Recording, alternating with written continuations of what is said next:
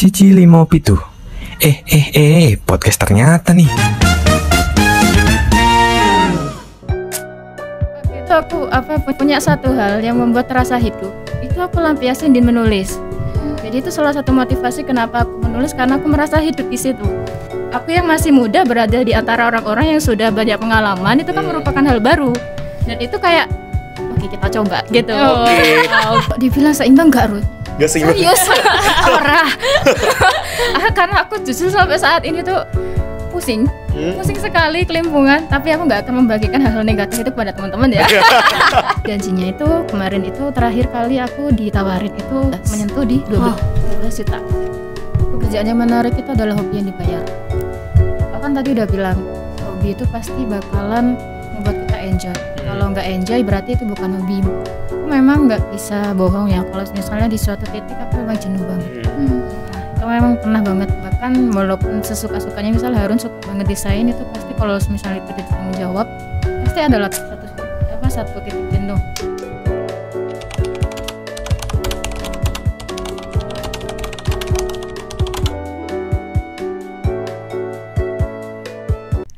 Hai teman ternyata, kembali lagi di podcast ternyata. Nah, gimana nih kabarnya teman-teman hari ini? Semoga teman-teman ternyata ini dalam keadaan baik-baik saja dan tetap semangat ya menjalani perkuliahan.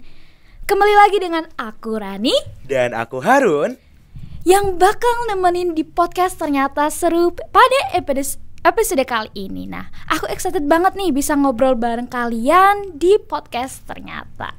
Gak kerasa nih ya Ran, kita udah mau masuk di liburan semester genap. Oh iya, teman-teman podcast ternyata semua, agenda liburan kalian lagi mau ngapain aja nih? Apakah kalian udah ada planning? Semoga kalian punya rencana yang seru dan pastinya menyenangkan tentunya. Jangan lupa ya untuk tetap selalu produktif di tengah liburan kali ini. Ngomong-ngomong tentang liburan dan produktif nih, kalau aku pribadi sih, kalau boleh jujur, paling ya cuma rebahan, scroll sosial media. Ya kegiatan-kegiatan yang mungkin menghabiskan banyak waktu tapi tidak begitu produktif. Kurang lebih sama ya Run. Nah, cuman kadang kepikiran gak sih kayak apa kita tidak jatuhnya wasting time? Walaupun emang liburan tujuannya untuk kita kembali untuk menjadi manusia kembali, cuman kan gak ada salahnya kalau kita menghabiskan waktu liburan namun dengan kegiatan yang produktif, bahkan bisa menghasilkan cuan nih. Waduh, keren banget itu. Dan gak perlu muluk-muluk ternyata, karena kali ini kita akan mau mengulik nih dari kegiatan yang padahal itu awalnya cuma hobi, namun kalau diseriusin menjadi sumber penghasilan tentunya. Waduh, menarik nih. Gak hanya cuan juga, bahkan sampai jalan-jalan gratis loh Ran. Waduh, siapa nih yang gak mau kayak gitu? Pasti mau lah ya. Nah, selain itu, kita selain cuan sama jalan-jalan, kita juga dapat insight baru loh dari hobi itu. Waduh, penasaran banget nih aku Ran. Oke. Mungkin sebelum kita masuk ke obrolan pada episode kali ini, kita kenalan dulu nih dengan salah satu narasumber kita yang tentunya gak kalah hebat dengan narasumber-narasumber sebelumnya. Halo Kak Arin. Halo Kak. Halo.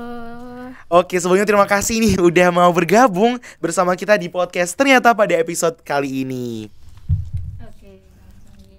Oke. Nah teman-teman, Kak Arin ini punya berbagai cerita yang tentunya menarik nih mengenai hobi menulis yang Kak Arin lakuin. Nah, pada penasaran gak nih teman-teman ternyata? Yuk kita simak cerita dari Kak Arin. Oke Kak Arin, sebelumnya bisa kenalin dulu gimana Kak Arin dan bisa diceritain sedikit nih tentang Kak Arin kayak gimana. Terus gimana sih kok kakak ini bisa menjadi blogger Wikimedia dan mahasiswa yang aktif mengikuti berbagai event besar. Oke, mungkin sebelumnya terima kasih ya Kak ya udah mengundang aku ke sini. At least sejujurnya ini sebenarnya adalah pertama kali dan juga aku apresiasi banget untuk segala kerja kerasnya hingga sampai saat ini. Jadi halo teman-teman, kenalin nama aku Arin Kurota Ayun. Aku dari Agroekoteknologi angkatan 2021. Untuk saat ini kebetulan aktif juga sesuai yang udah tadi dikatakan sama Kak Rani. Untuk sekarang ini saya aktif di, aku ngomongnya kadang gugup gak apa-apa ya. Gak apa-apa banget kan, gak apa-apa, kita santai saja. Ya, itu sejak tahun 2019 sebenarnya. Terus apa lagi tadi ya? Oh, ini Kak. Gimana sih kok Kakak bisa menjadi blogernya itu, Kak? Blogger Media, bener banget. Jadi dimulai semuanya itu tahun 2019. Aku kan suka banget nulis ya waktu itu. Terus juga suka riset-riset gitu. Tapi risetnya tuh bukan riset yang data, tapi riset kayak fakta-fakta. Wow. Nah, riset fakta itu kan biasanya sangat bagus buat kalau misalnya dibuat untuk nulis web berita. Berawal dari itulah akhirnya aku kenal tuh waktu itu sama namanya blogger. Sebenarnya kalau untuk blogger itu aku udah kenal dari tahun 2013. Udah lama. Udah lama banget. Iya nih, benar. Kak. Nah, dan di tahun itu aku baru tahu kalau ternyata blogger itu bisa ngasilin cuan ya. Wow. Duit gitu. Nah, itu apa namanya? Aku baru tahu dari teman-temanku. Udah tahu AdSense nggak? Tahu AdSense. Nah dari situ penghasilan utama blogger. Jadi aku waktu itu nyoba itu ternyata keterima.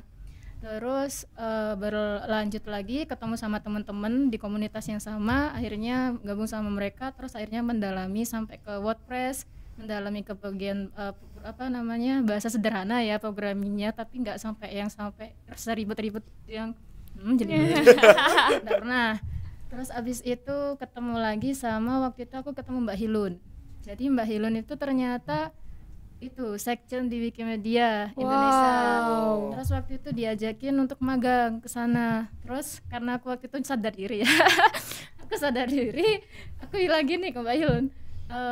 Mbak, sebenarnya saya pengen banget tapi aku melihat diriku yang masih kayak gini itu kayak maksudnya kapasitasku itu belum mumpuni untuk bisa magang di sana. Jadi mungkin aku pertimbangkan untuk bisa memperbaiki value diriku sendiri, Bus.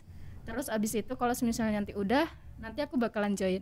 Terus akhirnya di tahun kemarin sih, beberapa waktu lalu itu yang aku join di Wiki konferensi itu kan. Iya. Nah, itu. Karena aku ngeliat itu jujur teman-teman keren banget. Karena sebetulnya kan ini berbicara dengan copywriting dan juga dunia kepenulisan.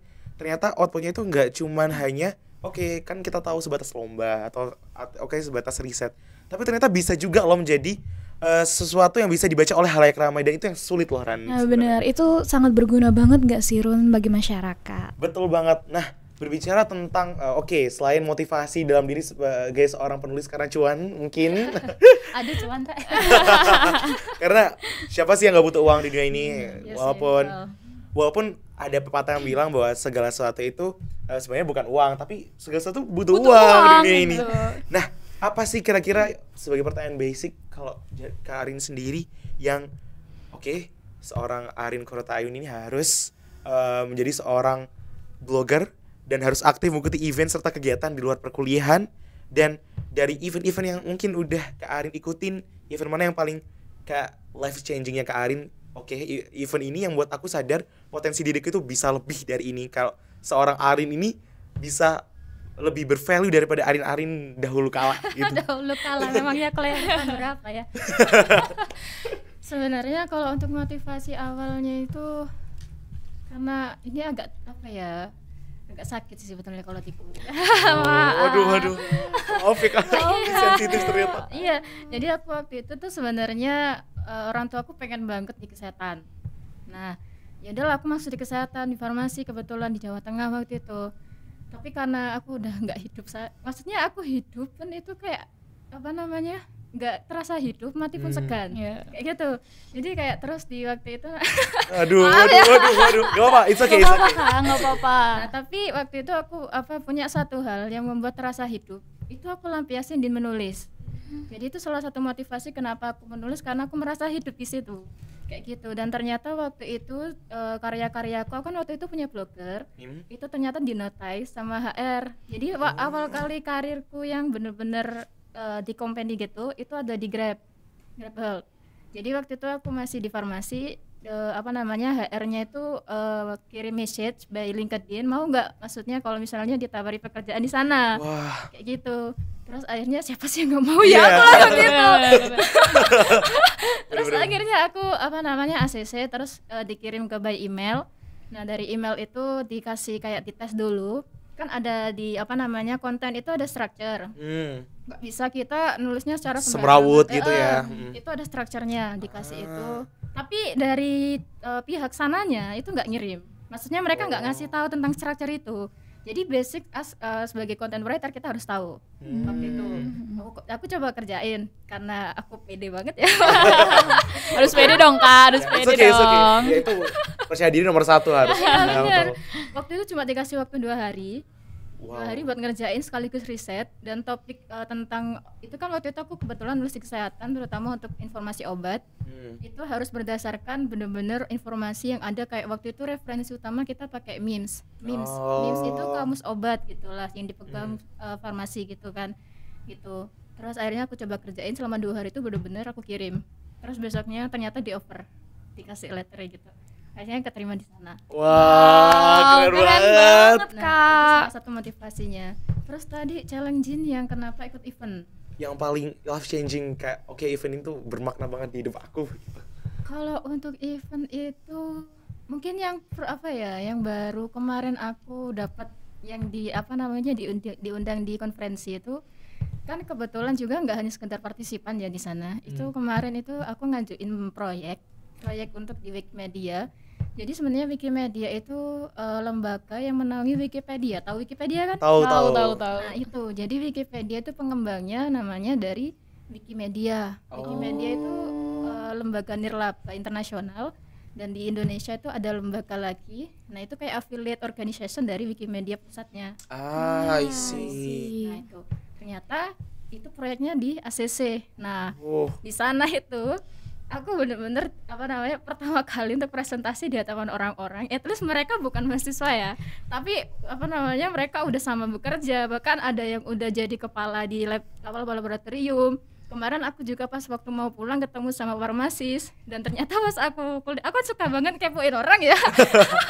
Aku kulik-kulik profilnya, ternyata dia magister S2 di UGM. Wow. Farmasi. Aku pas waktu itu ngomong, aku sampai mikir kok aku bisa nyambung ya waktu ngomong, padahal dia tuh basicnya itu usianya udah di atas aku dan sebagainya. Jadi itu salah satu challenging karena apa? Aku yang masih muda berada di antara orang-orang yang sudah banyak pengalaman, itu kan merupakan hal baru. Dan itu kayak oke, kita coba gitu. Oke. Berawal dari stress relief. Iya benar. Kita kalau nggak ditekan nggak bakalan tahu mana yang benar-benar kita mau kan. Gitu. Menarik ya. Berarti sesuatu yang sedikit terpaksa dikit. Iya benar. Menjadi sebuah peluang baru. Nah, mungkin dari Rani nih. Oke, tadi Kak Arin udah bilang kalau misalnya menulis itu hidup Kak Arin gitu ya. Oke. Nah, Kak Arin tuh bisa nggak sih menceritakan kenapa sih Kak Arin tuh lebih memilih blog itu daripada platform-platform lain ya Kak? Nah, selanjutnya apa sih yang membuat Kak Arin aku mau nulis di blog ini deh, gimana nih? Gitu. Bisa nggak sih Kak dijelaskan alasannya tuh bagaimana Kak? Gitu. Oke, mungkin ini juga sekaligus ngasih tahu ke teman-teman ya, barangkali tertarik. Jadi kenapa aku waktu itu pilih blog? Itu namanya sebenarnya blogger.com kalau pernah lihat ya. Pernah. Nah ya? Pernah Nyoba. Nah itu customisasi atau apa ya namanya ya? Apa sih? Pengaturan untuk template gitu loh. Iya, personalifikasi intinya buat ngedit template gitu. Bener banget. Itu mudah. Jadi kalau untuk pemula itu bisa mudah untuk coba. Terus yang kedua itu gratis. Kamu nggak perlu bayar-bayar dan sebagainya. Tapi ya pasti ada plus minusnya kan. Dan biasanya company itu jarang banget pakai itu karena nggak bisa diatur dari sampai ke akar-akar.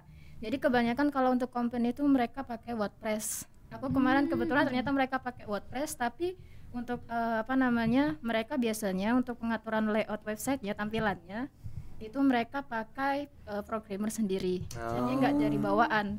Kalau kita kebanyakan blogger pemula pakai bawaan kan. Itu mereka kembangkan sendiri. Nah, terus kalau untuk yang blogger itu memang mudah, tapi kamu nggak bisa ngatur itu sendiri yang semau kamu. Nah, gitu. Tapi sisi lain itu aman. Kalau untuk yang tapi nggak banyak dipakai. Tapi kalau misalnya kamu cuma pengen memperbanyak portofolio, misal kamu suka nulis ya, itu kamu bisa pakai itu, karena itu gratis. Terus kalau misalnya kamu pengen memperdalam lagi, yang lebih advance ya istilahnya, kamu bisa pakai WordPress. Karena ya itu, aku kebetulan kemarin bukan hanya dari skill menulis ya, tapi juga karena paham seluk-beluk tentang WordPress itu. Jadi kamu harus kenal dulu tampilannya gimana dan sebagainya. Terus apa lagi? Satu lagi, kalau pakai WordPress untuk pengembangan portofolio sendiri itu agak sulit, apalagi untuk pemula. Karena aku waktu itu mempelajari WordPress itu bener-bener sampai nggak pernah tidur. Jadi, Wow, effort banget ya kak. iya, nggak pernah tidur sampai waktu itu websiteku yang aku waktu bener-bener baru. Aku jam 2 malam itu nggak tidur karena websiteku nggak pernah bisa nggak pernah sih, tapi benar-benar nggak bisa diakses sampai aku nangis gimana gitu. Terus tapi akhirnya waktu itu aku alhamdulillah ketemu temen yang bisa ngebantu, itu akhirnya itu balik lagi. Terus di sisi lain WordPress itu rentan terserang hacker. Kemarin itu kebetulan webku itu jadi tumbal ya istilahnya. Jadi dia itu kemasukan peretas gitu, dan webku yang web untuk bisnis itu berubah jadi web judi online. Jadi aku kesel karena aku udah build-nya itu susah-susah, aku develop itu, mengembangkan itu Pak, bener-bener sehari semalam nggak cukup, dan itu berubah kayak gitu kayak kesel banget gitu kan. Terus tadi apa lagi pertanyaannya? Alasannya di blog nih kak. Oh iya, tadi ya sudah ya. Alasannya itu ya kak. Wow. Okay.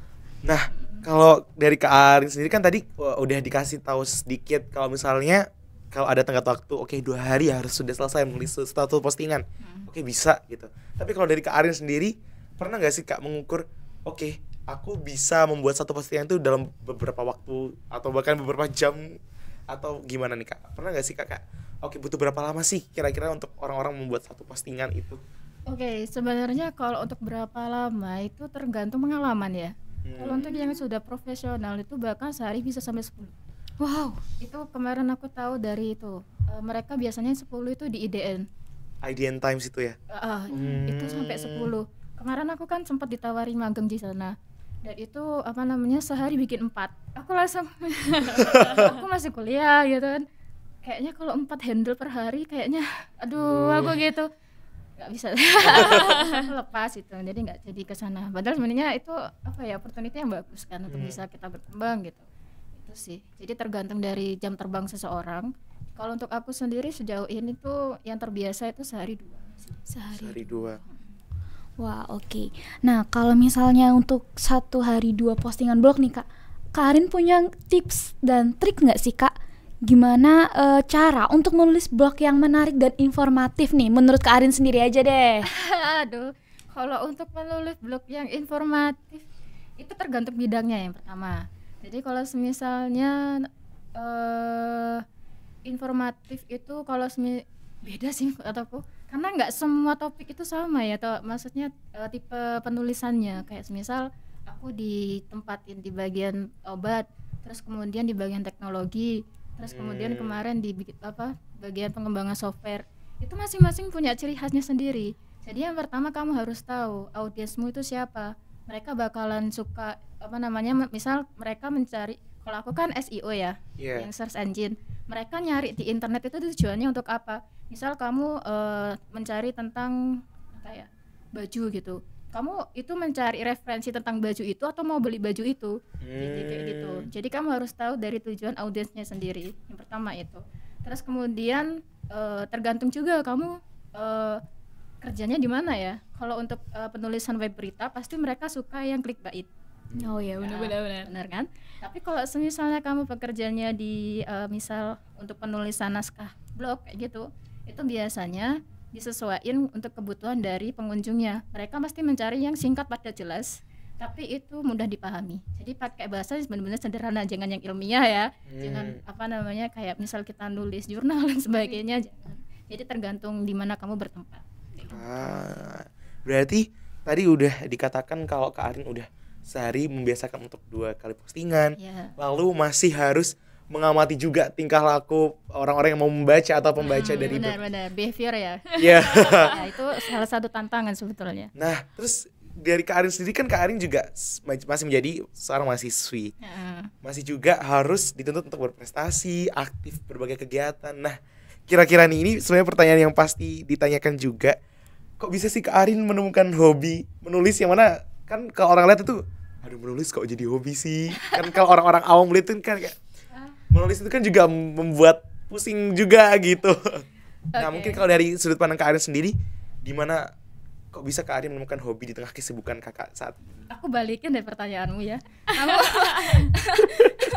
kamu bilang kenapa menulis membuatmu pusing. Sekarang aku tanya kenapa desain membuatmu nggak pusing. Aku lihat desain itu sebenarnya walaupun aku suka itu kayak mikirnya kayak udah males itu sebetulnya kayak gitu. Jadi tergantung preferensimu. Kamu ahlinya di mana kayak gitu.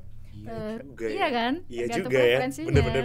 Dan nggak semua semua orang tuh bisa. Tapi kalau dari aku pribadi yang aku itu tadi penulis itu jadi kayak tempat pelampiasan. Gitu. Dan itu tempat berekspresi yang paling pas karena ya sesuai sama standar pribadiku. Semua orang kan nggak bisa disamaratakan. Betul, setuju. Kayak kamu tadi kan Waduh, aku jadi ditanyain ini oleh narasumber. sering ditanya nggak sama temenmu kayak gitu, kenapa sih kamu suka desain padahal kayak kan? Iya sih, iya juga ya. Jadi, ya berarti ya emang kalau hobi itu nggak bisa ya disamaratakan sama semua orang, Iya, karena punya sesuai preferensimu. preferensi masing-masing. Oke. Oke, nah tadi kan hobi katanya sesuai dengan profesi masing-masing nih ya Kak. Nah, mungkin teman-teman ternyata nih mungkin ada yang kebingungan nih. Sebenarnya hobiku itu apa sih ya? Nah, Kak Arin punya tips nggak sih gimana cara nemuin?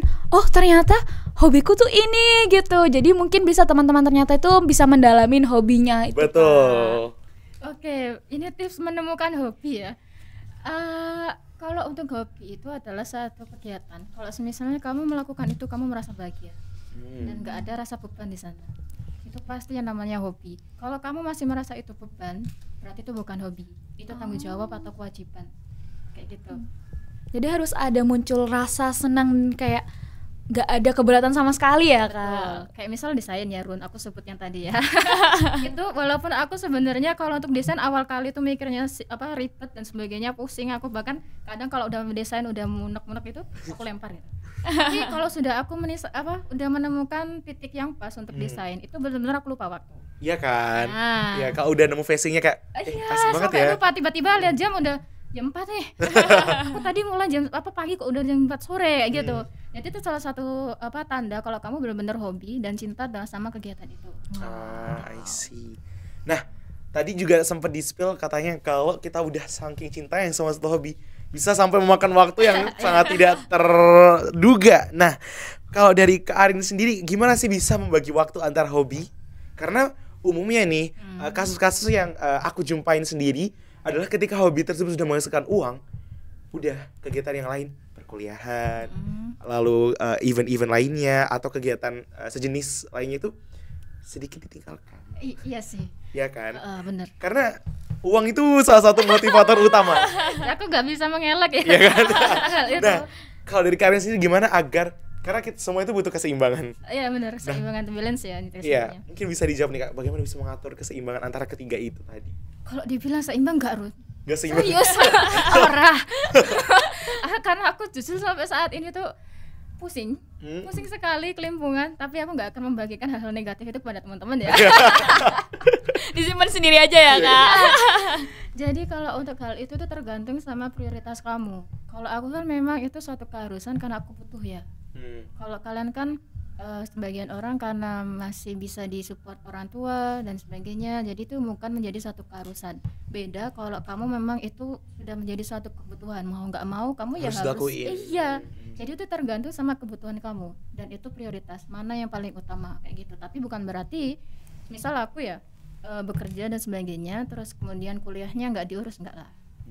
Mau gimana pun kan awal tujuan aku kuliah ya pastinya aku pengen lulus. Betul. Pengen dapat itu ya itu harus benar-benar diusahakan untuk bisa seimbang. Gimana caranya ya itu harus berdasarkan prioritas kamu. Kalau pasti pernah lah ya untuk dengar mana yang prioritas dan itu yang didahuluin dulu gitu. Mana yang paling penting dan mendesak dan sebagainya, itu yang harus didahuluin kayak gitu. Dan itu tergantung sama prioritas dan juga kebutuhan masing-masing orang kan nggak sama kayak gitu. Nah, mungkin Karin kan memiliki beberapa hobi nih ya Kak, pastinya ya Kak. Ya. Karin bisa nggak memilih satu hobi yang kakak miliki itu dan menekuni secara lebih dalam atau bahkan bisa menjadi pilihan pengembangan karir nih Kak di masa depan? Oke, kalau untuk penekunan hobi karena aku kan untuk menulis artikel itu sebenarnya itu ada beberapa tingkatan. Content writer itu sebenarnya tingkatan paling dasar. Nah kalau aku memang suka itu ya. Nah kalau untuk jenjang karirnya secara lebih tinggi, kalau misalnya kamu ahli untuk menganalisis data secara mendalam, kamu bisa jadi SEO spesialis. Wow. Kemarin itu kalau misalnya kamu suka banget untuk otak-atik coding dan programming dan sebagainya, kode-kode tapi dalam bahasa yang lebih dasar, itu kamu bisa jadi technical writer. Aku spill dikit ya. Iya, boleh. Pekerjaan teknis kayak itu gajinya bakal lebih tinggi daripada farmasis. Aku jujur. Bahkan itu jadi salah satu motivasiku sampai saat ini kenapa aku nggak meneruskan farmasi dan aku benar-benar lepas dari orang tuaku, karena ya itu tadi gajinya tuh lebih tinggi dan kamu nggak perlu sertifikasi. Memang perlu sertifikasi, tapi itu nggak makan waktu lama. Kalau farmasis kan 1 tahun ya. Betul. Nah kalau untuk ini tuh kamu bahkan bisa ikut pelatihan dan sebagainya, dan itu ya kamu bisa lakukan dari mana saja, online pun bisa kayak gitu. Dan gajinya itu kemarin itu terakhir kali aku ditawarin itu menyentuh di 12 juta. Tapi aku nggak bisa yang bagian waktu itu ada escape data. Aku nggak bisa yang itu, jadi aku sayang banget ya gitu. Tapi ya itu jadi pembelajaran supaya kita ke depannya untuk mempelajari hal itu. Jadi kalau untuk jenjang karir pastikan ketahui dulu kamu misalnya mendalami itu, nanti ke depannya kamu bisa naik nggak misalnya di bidang itu. Kalau aku kan dari content writer, kalau misalnya naik jadi SEO spesialis, bagian yang lain kan ada technical writer nanti ada bagian yang itu biasanya satu kubu sih, satu divisi di marketing kayak gitu. Oke, beranjak dari pertanyaan tadi, ini pertanyaan mungkin cukup kontradiktif dengan pertanyaan tadi, karena aku juga menemukan beberapa kasus bahkan di diriku sendiri, ketika kita sudah menemukan sebuah hobi yang mana emang sebagai dasar atau awal tujuan hobi sendiri kan mengisi waktu luang, sebagai stress relief. Namun kalau diseriusin menjadi sebuah karir, kan akan ada kemunculan atau peluang bahwa hobi kita yang semula itu menyenangkan, bahagia luar biasa, menjadi sumber stres justru. Karena mulai ada tuntutan, mulai ada yang namanya kewajiban itu tadi, karena sudah menjadi karena ini menjadi pilihan karir saya. Misalnya karena aku hobi desain, nah sekarang aku lagi ngembangin aku menjadi seorang desainer grafis misalnya. Tapi karena menjadi sebuah karir atau sudah diseriusin itu justru tidak asyik lagi. Nah mungkin kalau dari Kak Arin sendiri, penting gak sih hobi itu dalam menunjang sebuah kesuksesan, terutama dalam opsi memilih karir gitu, atau ya udahlah hobi stay as hobi aja gitu? Oke. Aku pernah dengar sih pertanyaan ini ya. Sebenarnya hobi yang pekerjaan yang menarik itu adalah hobi yang dibayar. Aku kan tadi udah bilang hobi itu pasti bakalan membuat kita enjoy. Kalau nggak enjoy berarti itu bukan hobimu kayak gitu. Tapi aku memang nggak bisa bohong ya, kalau misalnya di suatu titik aku memang jenuh banget. Nah itu memang pernah banget, bahkan walaupun sesuka-sukanya, misal Harun suka banget desain, itu pasti kalau misalnya itu udah tanggung jawab pasti adalah satu titik jenuh. Betul. Aku kalau biasanya udah kayak gitu tuh aku burn out banget, dan itu aku lepasin dulu. Maksudnya udah nggak pegang apa-apa. Terus aku bilang ke kan aku kerjaannya itu nggak harus itu bukannya terikat gitu loh. Jadi itu misal per bulan aku punya target berapa kayak gitu, jadi dalam 1 bulan itu harus selesai. Jadi itu kan bisa dicicil-cicil kayak gitu. Nah itu ada tenggat waktunya juga. Jadi kalau misalnya kita udah mood banget aku ngerjain, tapi kalau misal udah kayak tadi fasenya jenuh dan aku nggak pengen ngapa-ngapain, aku lepasin dulu. Jadi pasti ada waktunya kayak gitu, karena nggak semua kegiatan kita walaupun kita suka pasti ada di titik jenuh. Itu harus di fase istirahat lah istilahnya. Saya kan exhausted banget kayak gitu. Oke. Wah, jadi sedikit berat ya pembahasan ini. Oke. Mungkin karena jenuh gitu ya Kak. Nah, kalau menurut Kak Arin sendiri nih, gimana sih Kak pengaruh lingkungan kerja dan khususnya pertemanan ya Kak? Pasti nih ya kalau misalnya kita tiap hobi tuh pasti temennya beda nih gitu kan. Nah, gimana sih Kak kedua hal itu berpengaruh nih terhadap hobi yang kita miliki gitu Kak? Teman kerja ya. Kalau aku kan selama ini kerjanya remote ya, jadi aku belum pernah ketemu rekan-rekan secara langsung. Ketemu mereka tuh pas waktu mungkin evaluasi, terus kemudian laporan aja kayak gitu. Jadi nggak pernah ketemu langsung. Jadi at least dampak mereka ke aku juga nggak ada. Kecil ya Kak? Iya kecil. Tapi kalau untuk rekan seperjuangan rekan sehobi itu ada.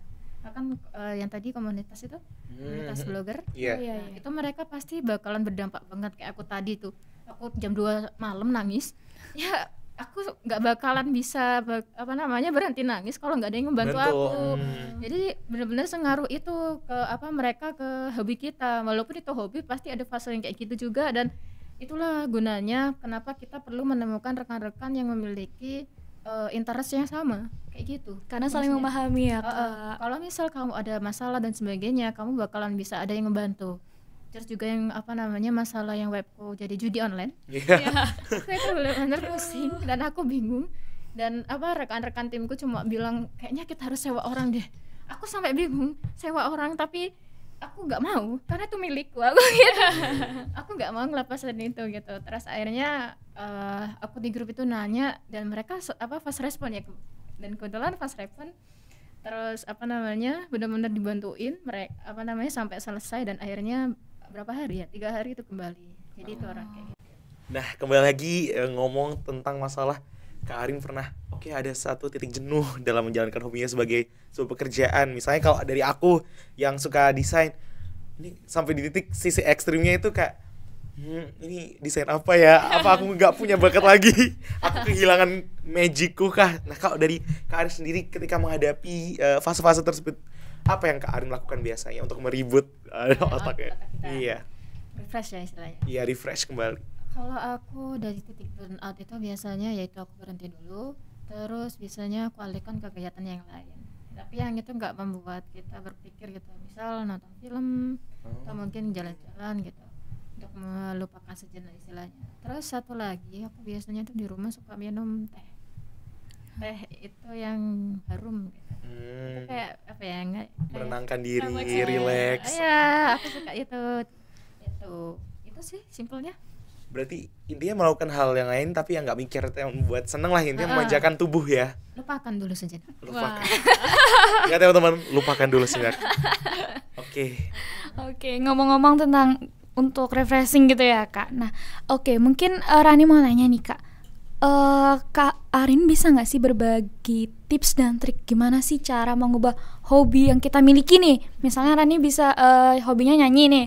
Gimana sih caranya untuk hobi nyanyi ini bisa menghasilkan cuan nih, atau bahkan bisa menjadi sumber penghasilan utama nih Kak? Itu sih tantangannya ya, jujur. Karena dari hobi itu kita harus, kalau misalnya ingin mengubah itu jadi cuan, kita harus nemu opportunity. Dan itu yang jadi tantangan. Awal kali kan aku sebenarnya kenapa writer itu bisa menghasilkan uang ya karena aku tahu dari temanku yang pertama. Jadi kamu harus tahu jalannya. Kamu misal suka nyanyi ini bisa menghasilkan duit nggak ya gitu. Kalau misalnya ingin memperdalam, kan sekarang banyak media-media online. Betul. Nah itu kan pasti bisa banget buat branding dan sebagainya, karena suatu saat nanti pasti bakalan dikenal orang. Aku pun awal kali menulis itu nggak langsung benar-benar dikasih offering dan sebagainya, tapi aku mulai dari awal. Aku nulis dulu, perbanyakin karya dulu kayak gitu, supaya nanti dari karya-karya itu kamu bakalan dinotice sama seseorang yang butuh kamu nggak nyari mereka nyari kamu. Wah, oke.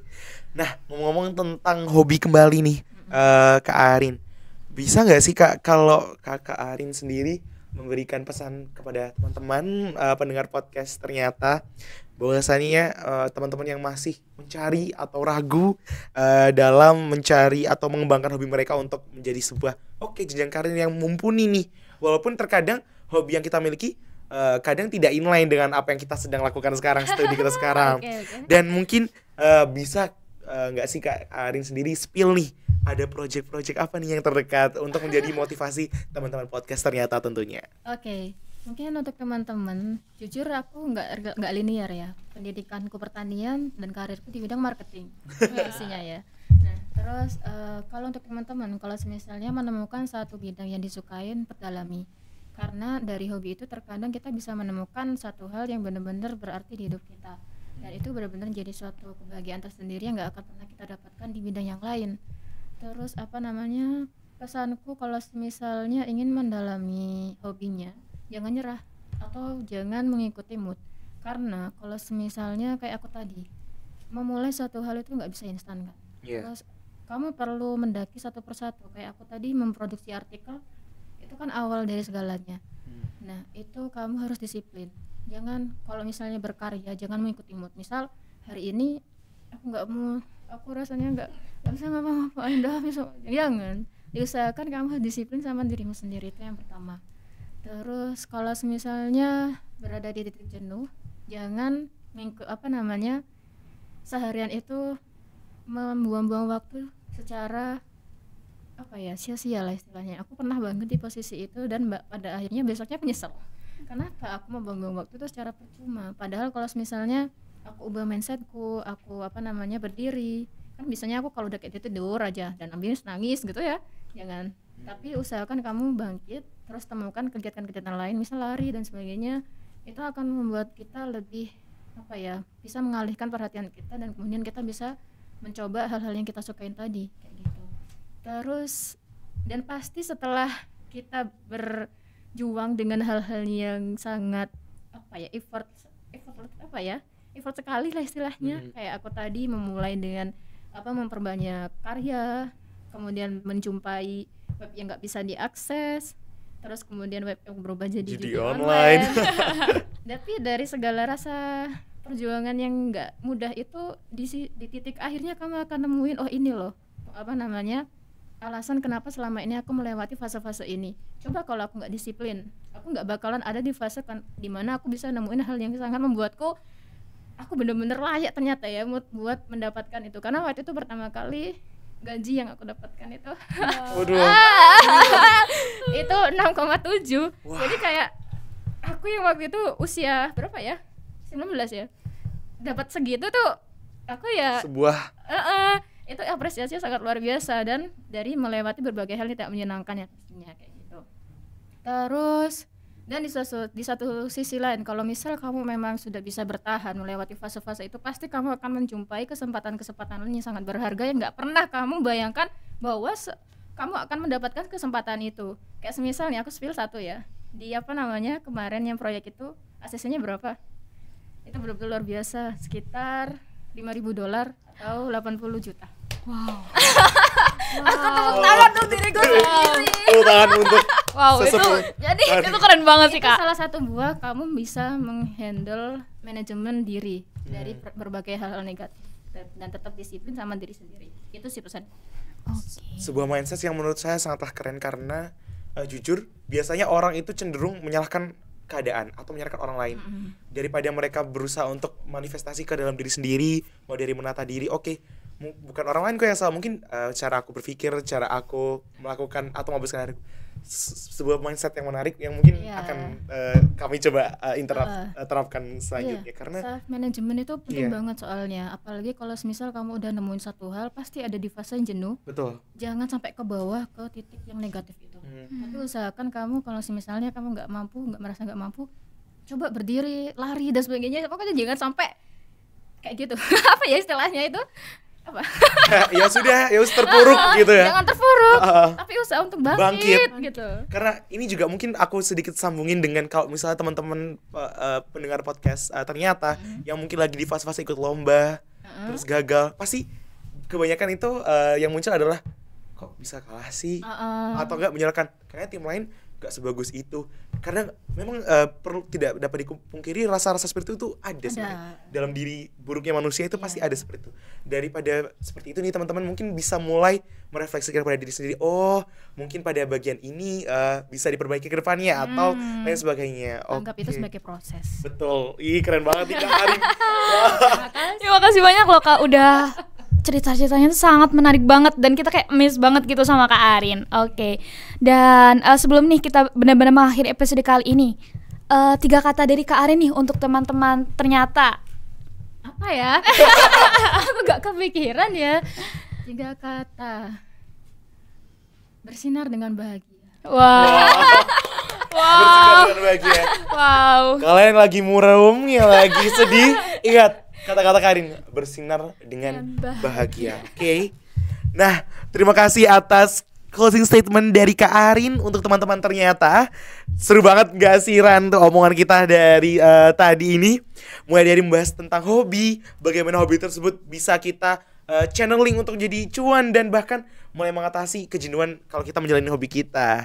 Ternyata melakukan sesuatu hobi itu bukan cuma bisa sebagai self healing atau stress relief, tapi juga ada keuntungan lain nih yang bahkan lebih besar daripada itu.